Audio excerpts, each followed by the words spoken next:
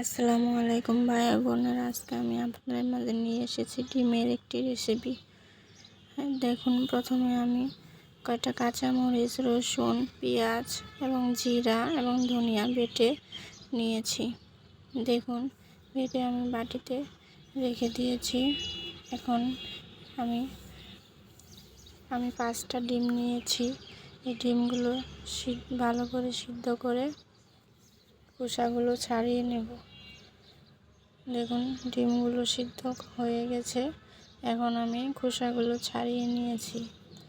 খোসাগুলো ছাড়িয়ে নেওয়ার পর আমি এগুলো তেলে একটু লাল লাল করে ভেজে নেব। দেখুন, ডিমগুলো এখন আমি একটা কড়াইতে দিয়ে দিব। কড়াইতে একটু তেল, লবণ, হলুদ দিয়ে ডিমগুলো দিয়ে ভেজে নেব। দেখুন, ডিমগুলো যখন লাল লাল হয়ে যাবে, এই যে দেখুন, ডিমগুলো লাল লাল হয়ে গেছে এবং ভাজাও হয়ে গেছে।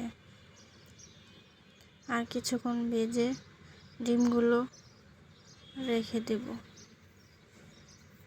দেখুন, ডিমগুলো ভাজা হয়ে গেছে, রেখে দিচ্ছি।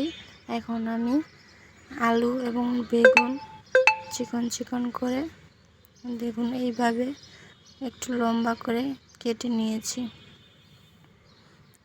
দেখুন, এইভাবে চিকন করে কেটে এগুলো ভালো করে ধুয়ে নিয়েছি।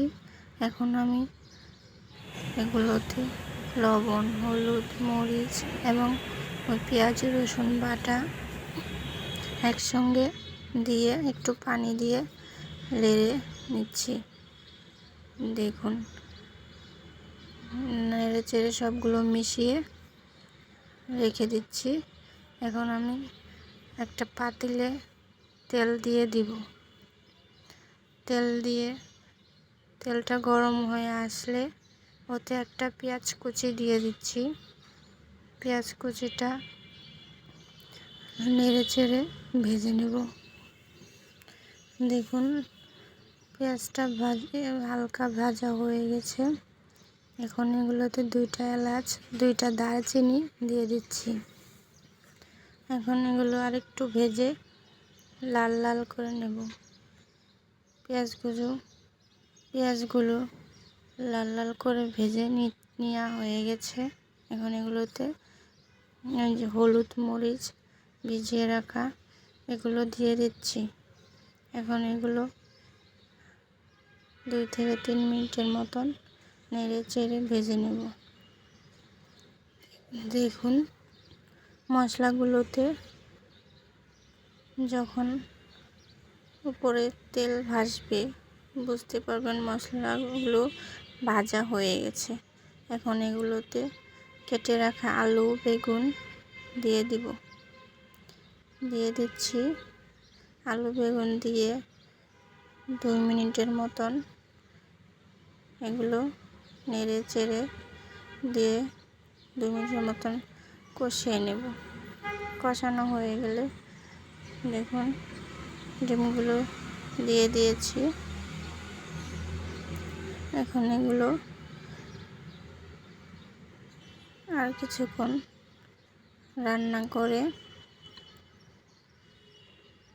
নামিয়ে নিব। দেখুন, তরকারিটা প্রায় হয়ে গেছে। ডিমগুলো দিয়ে আমি ঢাকনা দিয়ে দিচ্ছি কিছুক্ষণের জন্য।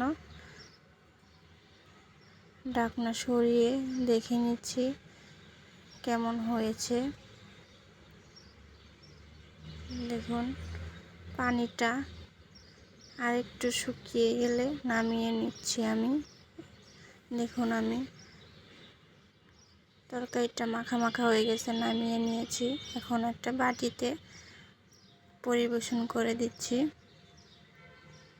দেখুন, এইভাবে আপনারা বাড়িতে করে দেখবেন, খেতে অনেক মজা। ভালো লাগলে লাইক, কমেন্ট, শেয়ার এবং সাবস্ক্রাইব করে পাশে থাকবেন। ধন্যবাদ ভাই বোনেরা, আশা করি ভালো লেগেছে। ভালো লাগলে ভিডিওর সঙ্গে থাকবেন। আসসালামু আলাইকুম।